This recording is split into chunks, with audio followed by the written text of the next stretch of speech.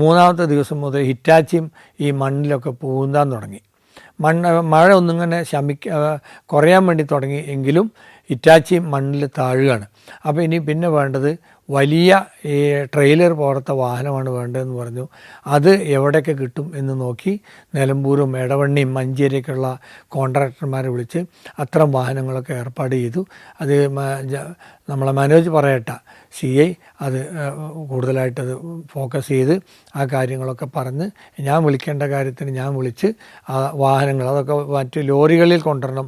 ആ ലോറികളിൽ കൊണ്ടുവരാനുള്ള സാഹചര്യങ്ങളൊക്കെ ഉണ്ടാക്കി. മൂന്നാമത്തെ ദിവസം മുതൽ കൂടുതൽ ബോഡികൾ കിട്ടാൻ തുടങ്ങി. 2-3 ബോഡികളൊക്കെ അതിനെ കിട്ടാൻ തുടങ്ങി. അങ്ങനെ കിട്ടാൻ തുടങ്ങിയത് ആ 2 ബോഡിയാണ് മൂന്നാമത്തെ ദിവസം കിട്ടിയതെന്നാണ് ഓർമ്മ. അപ്പോൾ അത് കിട്ടിയതിനനുസരിച്ച് നിലമ്പൂർ ആശുപത്രിക്ക് കൊണ്ടുപോയപ്പോൾ ഇതാരുടെ ബോഡിയാണെന്ന് കിട്ടിയ സ്ഥലത്ത് നിന്ന് തിരിച്ചറിയാൻ ബുദ്ധിമുട്ട്, കൂടുതൽ സമയത്ത് അവിടെ വെക്കാനും ബുദ്ധിമുട്ട്. കിട്ടിയത് സ്ട്രെച്ചറിലാക്കി പിന്നെ വളണ്ടിയേഴ്സും അതുപോലെ ഫയർഫോഴ്സിൻ്റെ ആളുകളും പോലീസും ബാക്കിയൊക്കെ അങ്ങനെ ആശുപത്രിക്ക് അയക്കുകയാണ്. അപ്പോഴൊക്കെ തന്നെ സന്നദ്ധ സംഘടനകൾ ആവശ്യപ്പെട്ട് അവർ പറഞ്ഞു ഞങ്ങൾ വരട്ടെ എന്ന് പറഞ്ഞ് ചോദിച്ചുകൊണ്ട് വന്നിരുന്നു. അപ്പോൾ അത് ലിസ്റ്റ് ഉണ്ടാക്കി ആരൊക്കെയാണ് വരുന്നത് പോകുന്നത് എന്നൊക്കെ നോക്കാൻ വേണ്ടി അബ്ബാസിനെ ഏൽപ്പിച്ചു. അങ്ങനെ സന്നദ്ധ സംഘടനകളും തിരയാൻ വേണ്ടി കൂടി. അതുപോലെ ഫയർഫോഴ്സ് വന്നു. മൂന്നാമത്തെ ദിവസം മുതൽ വൈകുന്നേരം തന്നെ NDRFൻ്റെ ടീമും വന്നു. NDRFൻ്റെ ടീമും വന്ന് തെരച്ചിൽ തുടങ്ങി. ഈ ബോഡിയൊക്കെ കിട്ടിയത് പിന്നെ ആളെ തിരിച്ചറിയാൻ മൂന്നാമത്തെ ദിവസം തന്നെ നിലമ്പൂരിലേക്ക് വണ്ടി എടുത്തിട്ട് ആളെ കൊണ്ടുപോകേണ്ട ഒരു ബുദ്ധിമുട്ട് വന്നു. അങ്ങനെ ബുദ്ധിമുട്ട് വന്നപ്പോൾ അതിനൊരു മാർഗ്ഗം എന്തെന്ന് വെച്ചപ്പോൾ ഇവിടെ ഹെൽത്ത് സെൻ്റർ ഉണ്ട്, ഇവിടെ അത് പോസ്റ്റ്മോർട്ടം ചെയ്യാൻ പറ്റുമെന്ന് DMOയോട് ചോദിച്ചു. DMO പറഞ്ഞു അതിനുള്ള സൗകര്യം അവിടെ ഇല്ല, ഡോക്ടർമാരെ ഞാൻ അയക്കാം.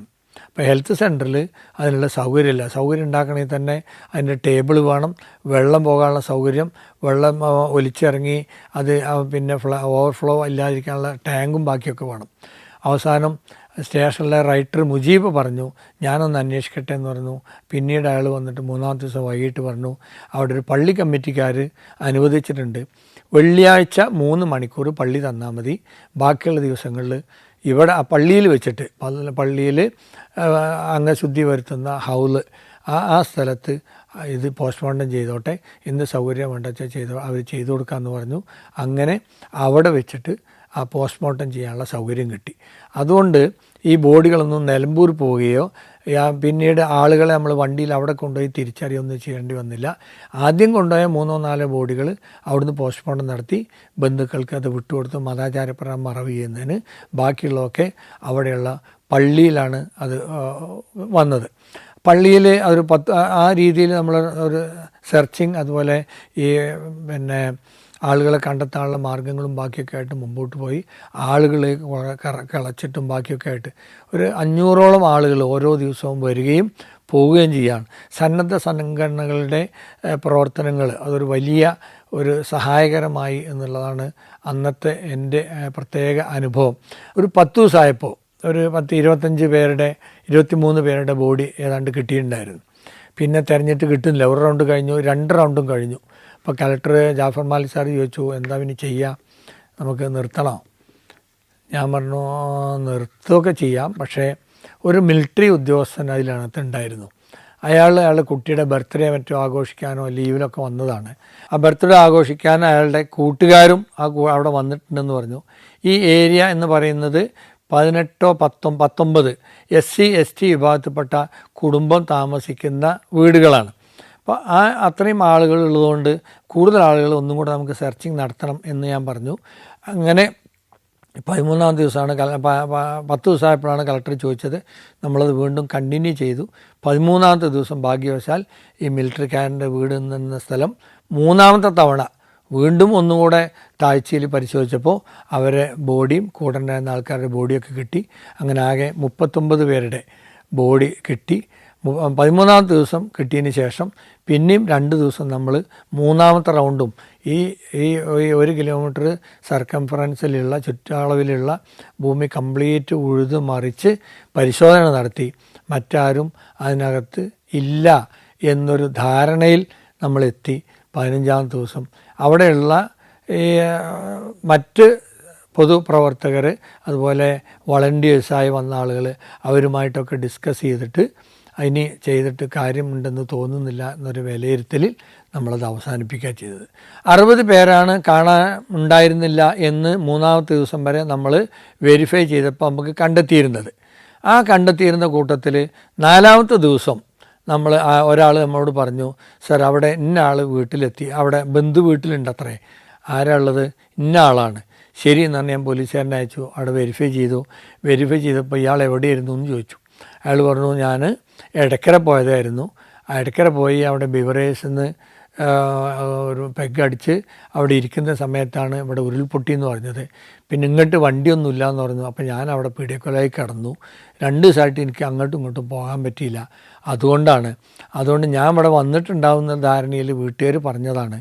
അതുകൊണ്ട് ഞാൻ അവിടെയായിരുന്നു, എൻ്റെ വീട്ടുകാരൊന്നും കാണാനില്ല, ഞാൻ ഇവിടെ ഉണ്ട് എന്ന് പറഞ്ഞു. അങ്ങനെ 4-ാമത്തെ ദിവസം മുതൽ നമ്മളത് 59 എന്നുള്ള ലിസ്റ്റിലേക്ക് മാറ്റി. മറ്റത് സാധാരണ നമ്മൾ ഉണ്ടാവുക ഒരു വീട്ടു നമ്പർ നോക്കിയിട്ട് ഇന്ന വീട്ടിൽ ഇത്ര ആൾ എന്നൊക്കെയാണ്. ആ ഒരു കണക്ക് പഞ്ചായത്ത് മെമ്പറും അവിടുത്തെ പൊതുപ്രവർത്തകർക്ക് നമുക്ക് തന്നെങ്കിലും ഈ മിലിറ്ററി ഉദ്യോഗസ്ഥൻ്റെ കൂടെ ഇതിനു വേണ്ടി വന്ന ബന്ധുക്കൾ ആരൊക്കെ എന്ന് അത് കൃത്യമായിട്ടൊരു വിവരം നമുക്ക് കിട്ടിയിരുന്നില്ല. പിന്നെ ഈ 59 പേര് എന്നുള്ളത് പിന്നീട് നമ്മളത് ഫൈനലൈസ് ചെയ്തു.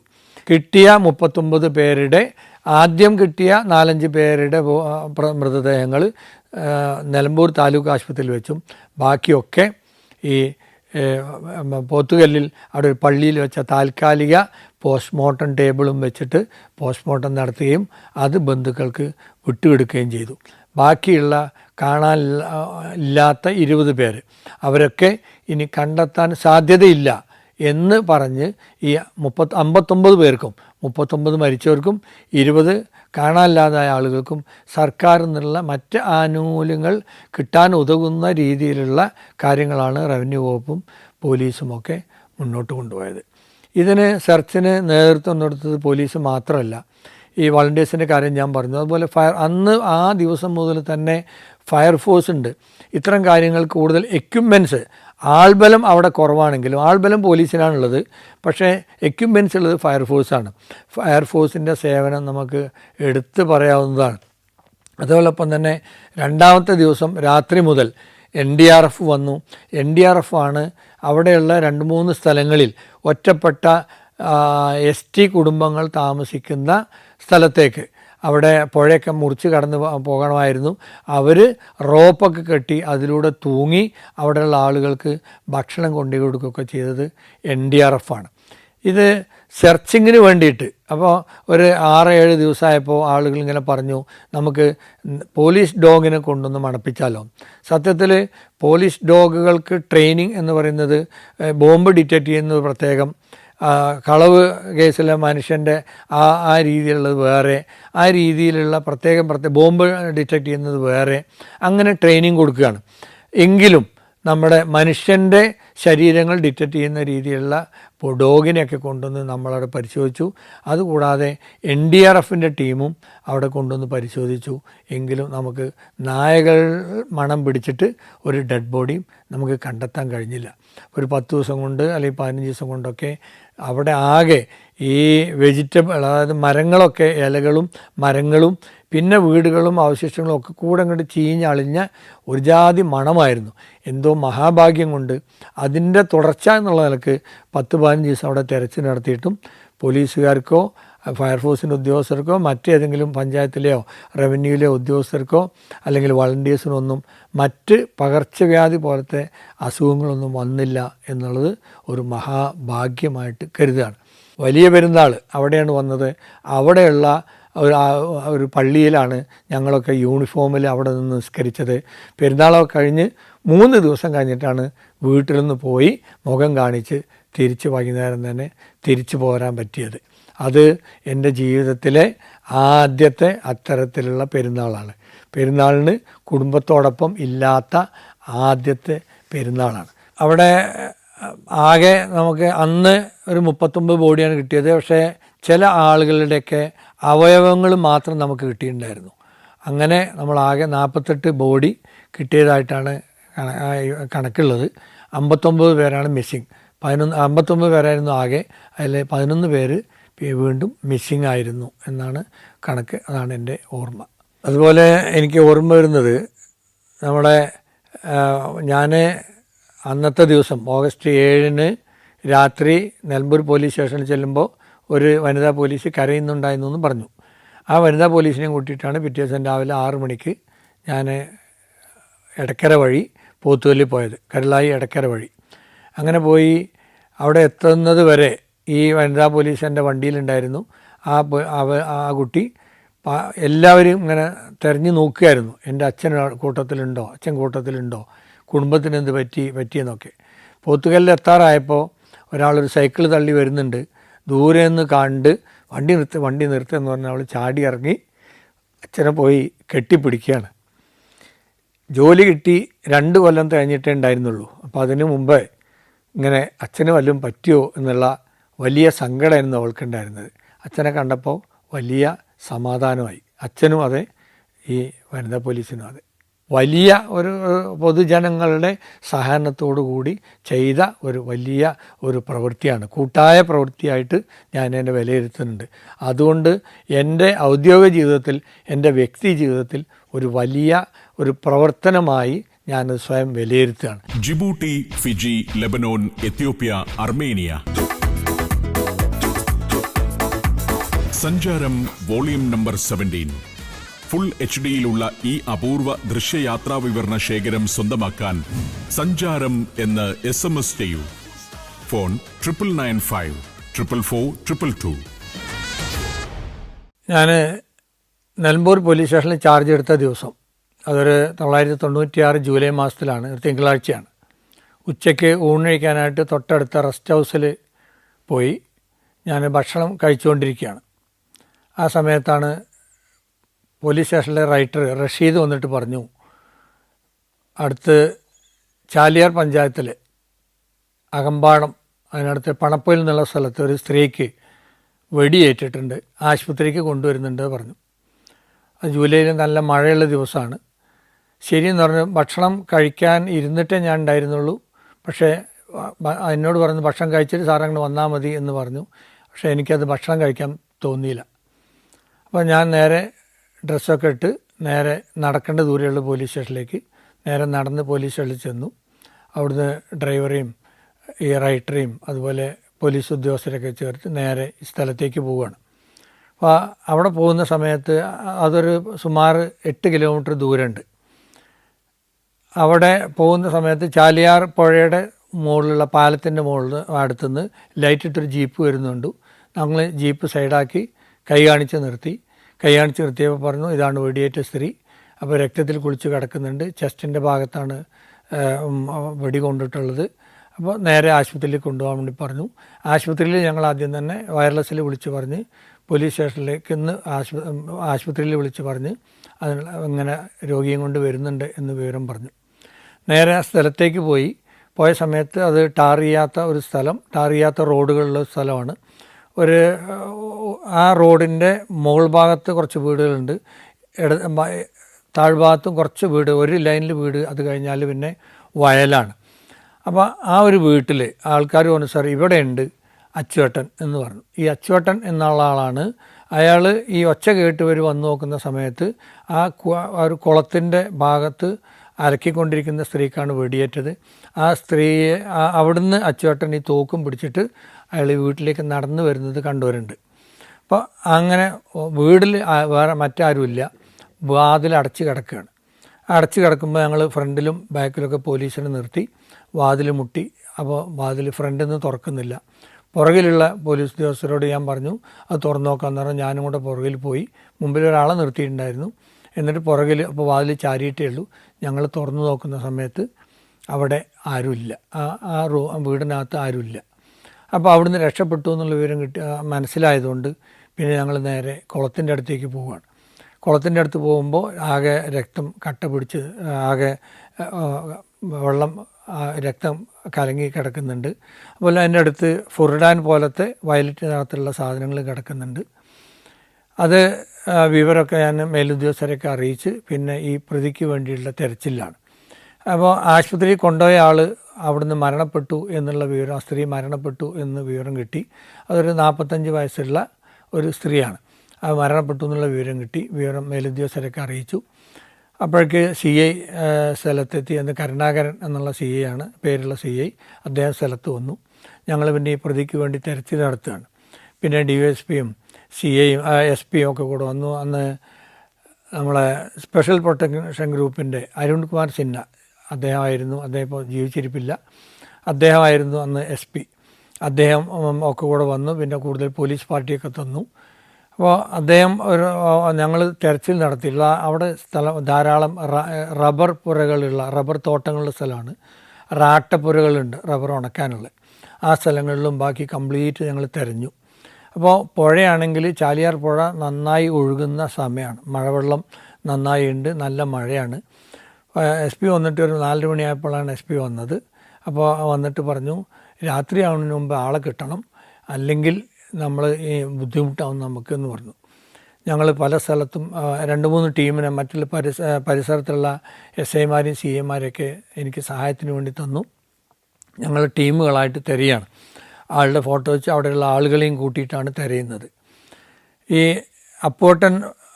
അച്ചു എന്ന് പറയുന്ന ആൾ വെടിവെച്ചു എന്ന് പറയുന്ന ഒരു കാവൽ നിൽക്കുന്ന, കൃഷിക്ക് കാവൽ നിൽക്കുന്ന, പന്നികളൊക്കെ കൃഷി നശിപ്പിക്കാതിരിക്കാൻ വേണ്ടി കാവൽ നിൽക്കുന്ന ഒരു ഷെഡുണ്ട്. ആ ഷെഡിൽ വെച്ചിട്ടാണ് വെടിവെച്ചത് എന്നുള്ള വിവരം ഞങ്ങൾക്ക് കിട്ടിയിട്ടുണ്ടായിരുന്നു. അതിൻ്റെ പരിസരത്ത് കൂടെ കംപ്ലീറ്റ് ഞങ്ങൾ നോക്കി. എല്ലാ റബ്ബറിൻ്റെ സ്ഥലങ്ങളും റബ്ബർ റാട്ടപ്പുരകളും നോക്കി. എവിടെയും കിട്ടാനില്ല. ദൂരെ എവിടെയും റോഡിലൂടെ വണ്ടി വിളിച്ച് അദ്ദേഹം രക്ഷപ്പെട്ടത് എവിടെയും കാണാനുമില്ല. പിന്നെ ഞങ്ങൾ ഈ പുഴയുടെ സൈഡിൽ കൂടെയുള്ള എല്ലാ സ്ഥലങ്ങളും തരിയായി. വൈകിട്ട് 6:30 മണിയായപ്പോൾ ഒരു റാട്ടപ്പുരയുടെ അടുത്തുനിന്ന് ഞങ്ങൾക്കൊരു സൗണ്ട് കേൾക്കുകയാണ്. അങ്ങനെ കൂർക്കം വലിക്കുന്ന പോലത്തെ ഒരു സൗണ്ട്. അപ്പോൾ അവിടെ ഉണ്ടോയെന്ന് നിശബ്ദമായി ഞങ്ങൾ നോക്കുന്ന സമയത്ത് ആ വീടിനകത്ത്, റാട്ടപ്പുരയ്ക്കകത്ത് ഒരു മൂലയിൽ തോക്ക് ചാരി വെച്ച് അവിടെ ഒരാൾ കിടക്കുന്നുണ്ട്. ഞങ്ങൾക്കും ആദ്യം ഈ ഒച്ച കേട്ട സ്ഥലത്തേക്ക് പോകാൻ ഒരു മനസ്സിനൊരു, പക്ഷേ ഞങ്ങൾക്കും ആയുധങ്ങളൊക്കെ ഉണ്ടായിരുന്നു. അതുകൊണ്ട് ഏത് രീതിയിലും രക്ഷപ്പെടാനുള്ള, ഒരു പ്രതി എന്നുള്ള നിലയ്ക്ക് രക്ഷപ്പെടാനുള്ള മാർഗം സ്വയരക്ഷയ്ക്ക് വേണ്ടി എന്നും ചെയ്യാന്നുള്ള രീതിയിൽ സെൽഫ് പ്രൊട്ടക്ഷൻ ഞങ്ങൾ എടുത്തിട്ടുണ്ടായിരുന്നു. അങ്ങനെ അവിടെ ചെന്ന് അദ്ദേഹം അവിടെ കിടക്കുന്നു. നോക്കുന്ന സമയത്ത് വായന്നൊക്കെ നൊര വരുന്നുണ്ട്. ഞങ്ങൾ നേരെ അവിടുന്ന് എടുത്ത് ആ ജീപ്പിൽ കയറ്റി, അതൊരു സ്വകാര്യ വ്യക്തിയുടെ ജീപ്പായിരുന്നു. ആ ജീപ്പിൽ ഞങ്ങൾ കയറ്റി നേരെ ആശുപത്രിയിലേക്ക് എത്തിച്ചു. ആ ആശുപത്രിയിലേക്ക് എത്തിച്ച സമയത്ത് അവിടെ ഡോക്ടറുണ്ട്, ജോസ് എന്ന് പറയുന്ന ഡോക്ടറാണ്. എല്ലാവരും മുതലാളി ജോസ് എന്നാണ് അറിയപ്പെടുക. അദ്ദേഹം അന്ന് 2 രൂപയാണ് ഫീസ് വാങ്ങുക. ബാക്കിയുള്ളവർക്കൊക്കെ 10 രൂപയും 25 രൂപയ്ക്ക് വാങ്ങിയ സമയത്ത് അയാളത് 2 രൂപയായിരുന്നു. ആ 2 രൂപക്ക് ആരെയും നോക്കും എന്നുള്ള, ഫ്രീ ആക്കി കഴിഞ്ഞാൽ ജനങ്ങൾക്ക് ഒരു വില ഉണ്ടാവില്ല എന്നുള്ളതുകൊണ്ടാണ് 2 രൂപയ്ക്ക് ആക്കുന്നതെന്നാണ് അങ്ങനെ സംസാരം ഉണ്ടായിരുന്നത്. അയാളോട് കാര്യങ്ങളൊക്കെ ചോദിച്ചറിഞ്ഞു. കാര്യങ്ങൾ പറഞ്ഞു ഇത് ഇവിടെ വെച്ച് കഴിഞ്ഞിട്ട് രക്ഷയില്ല, നേരെ മെഡിക്കൽ കോളേജിൽ കൊണ്ടുപോകണം. നിലമ്പൂരിൽ നിന്ന് മെഡിക്കൽ കോളേജ് എത്താൻ 1.5 മണിക്കൂറാണ്. ആംബുലൻസ് ഇവിടെ അടുത്തുനിന്ന് തരാം, പക്ഷേ സ്റ്റാഫിനെയും വേണമെങ്കിൽ തരാം. പക്ഷേ എന്താവും സ്ഥിതി എന്ന് ചോദിച്ചപ്പോൾ അവിടെ എത്തുമോ എന്നുള്ള കാര്യത്തിൽ സംശയമാണ് എന്ന് പറഞ്ഞു. ഇവിടുന്ന് എന്തെങ്കിലും ചെയ്യാൻ പറ്റുമോ എന്ന് ചോദിച്ചപ്പോൾ അതെനിക്ക് പറയാൻ പറ്റില്ല, എന്തെങ്കിലും ഒരു അറ്റംപ്റ്റ് നമുക്ക് വയറ് കഴുകിയിട്ടോ മറ്റെന്തെങ്കിലുമൊക്കെ ചെയ്യാം എന്ന് പറഞ്ഞു. അപ്പോൾ ആ വിവരം എന്നാൽ ശരി, ഞാൻ ആലോചിക്കട്ടെ എന്ന് പറഞ്ഞ് ബന്ധുക്കളെ അറിയിക്കട്ടെ എന്ന് പറഞ്ഞ് ബന്ധുക്കളെ വിളിച്ചറിയിച്ച് അപ്പോഴൊക്കെ മക്കളൊക്കെ കൂടെ ആശുപത്രിയിലെത്തി. ഞാൻ അവിടുത്തെ പഞ്ചായത്ത് പ്രസിഡൻ്റിൻ്റെ ഒരു പിള്ള സാറെ വിളിച്ചു. പിള്ള സാറ് വന്നു, മക്കളോട് സംസാരിക്കാൻ പറഞ്ഞു. അപ്പോൾ മക്കൾ പറഞ്ഞു, അല്ല ആശുപത്രി മെഡിക്കൽ കോളേജിൽ കൊണ്ടുപോകണം പറഞ്ഞു. ഡോക്ടറോട് സംസാരിച്ചു. ഡോക്ടർ പറഞ്ഞു, മെഡിക്കൽ കോളേജിൽ കൊണ്ടുപോയാൽ അത് ജീവനോടെ കിട്ടും എന്ന്, അവിടെ എത്തും എന്ന് നമുക്ക് ഉറപ്പ് പറയാൻ കഴിയില്ല. ഇവിടെ ആണെങ്കിൽ വയറൊക്കെ കഴുകുകയോ എന്തെങ്കിലുമൊക്കെ ചെയ്യുകയാണെങ്കിൽ ഒരു 50-50 ചാൻസ് ഉണ്ട് എന്ന് പറഞ്ഞ്, അപ്പോൾ അത് വന്നപ്പോൾ അവർ പറഞ്ഞു അത് പറ്റില്ല, കൊണ്ടുപോകണം തന്നെ വാശി പിടിച്ചു.